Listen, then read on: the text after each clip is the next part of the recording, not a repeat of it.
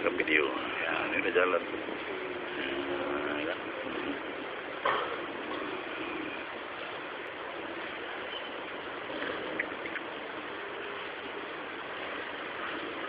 Assalamualaikum warahmatullahi wabarakatuh.